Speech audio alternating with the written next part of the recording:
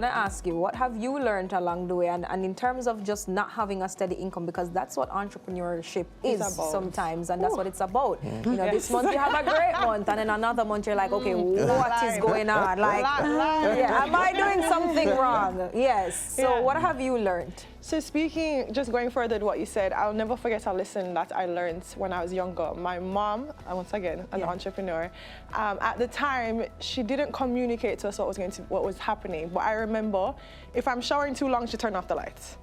And I remember eating a lot of tin mackerel, so till I love it. I know I can't eat anymore. I've had too much tin mackerel. I've maxed out. Yes. But I remember certain things, like you bathing too long, you using too much toilet paper, but there was no explanation of it. But I remember at the end of that period, she was able to buy an investment property. So what stood out to me is that it doesn't last long.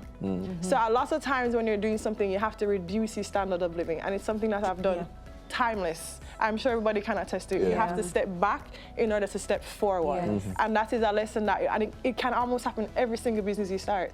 So even though it's happened already and we'd love to say it can't happen again, when you have a bigger dream that requires more of you, it might require you to once again step back, lower your standard of living, but just always remember that it doesn't last forever. And it's so that you can jump into a better position after. Because when you're propelled, you know, that push is going to be greater than where you were at the beginning. Yeah, it's just hard, and a lot of people struggle with that because nobody wants to lower their standard of living. Nobody wants to step back. I mean, I don't want to go without my brain. There's so many things you don't want to do, but time and time again, there's a bigger picture to look at, and just don't be ashamed of that period of your life where you have to step back. And of course, when you have friends and you can't go as much, it's a mind thing, but just don't be afraid of it, because it's a step that you need to end up where you're But you have to have that vision, and of course, you have to have that mentality and dig deep.